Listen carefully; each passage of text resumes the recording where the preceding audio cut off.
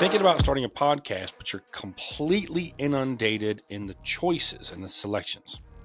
Understood.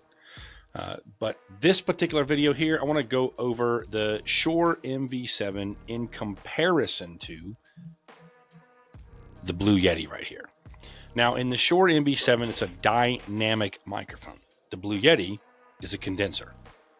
That doesn't mean a whole lot to a lot of people, except for the fact that the dynamic microphone seems to be less likely to pick up a lot of ambient noise, background noise, whereas the condenser type of microphone, the Blue Yeti in this case, picks up a whole lot more. And when I switch from the Shure MV7 to the Blue Yeti, you'll tell right away the difference. It's night and day. The dynamic microphone seems to be really focused on your voice. It's not trying to pick up a whole lot of ambient noise, although it can. Word of caution, the dynamic microphone that this is a USB microphone. Both of them are, by the way. But the Shure MV7 and its predecessor and its successor, the Shure MV7 Plus, are both USB microphones that, to get the most out of them, you need the software so you can turn up the gain. They are very gain-hungry microphones. One way to think about this, the gain, is it's the microphone's volume. It's the input. It's how sensitive the microphone is when you turn the gain up, if you will.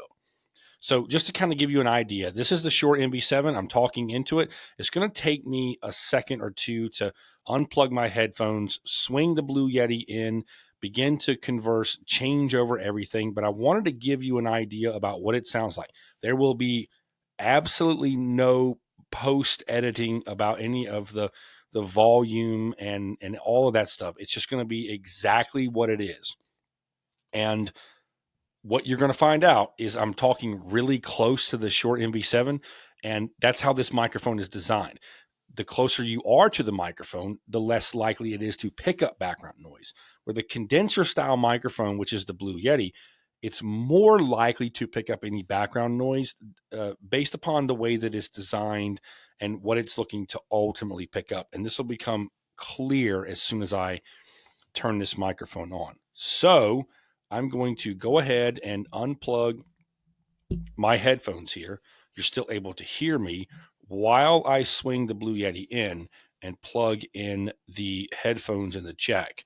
Now, what's going to take me the most amount of time is switching the Blue Yeti over in the system, in what I'm using, as well as over into the computer system. And so while we're sitting here conversing, I'm going to snap my fingers and I'm going to automatically be transferred over to the Blue Yeti, and you can see how much the sound quality differs. And just like that, the Blue Yeti is in the screen. Now, one of the things that you automatically notice just from the positioning of the Blue Yeti is how much further away it is from my face.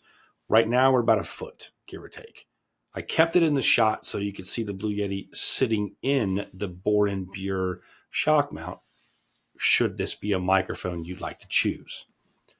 The other thing that you'll probably be able to hear, at least until I turn down the input, which I'm getting ready to do right now for you, is you'll hear what seems to be a more echoey area.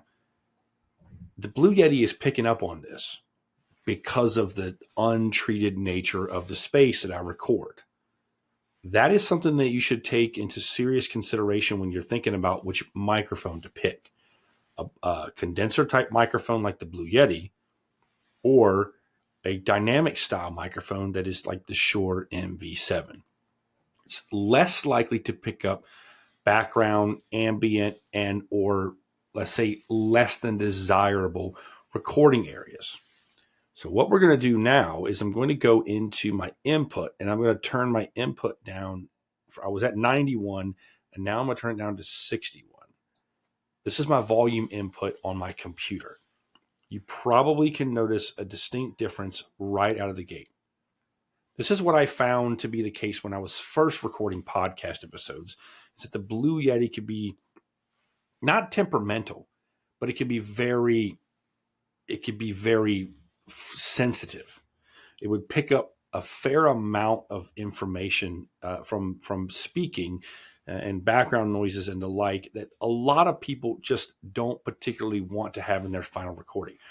Some people try and or spend the money to have some form of recording software take it out. While that is a possibility, it's not always the best practice. The best practice, as far as I'm concerned, is to record the absolute best that you possibly can, whether it's a treated or untreated room, the type of microphone that you've got, etc. Now, I want to also say that you could take this microphone and set it further away.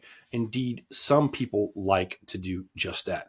For me, I prefer the microphone in the shot.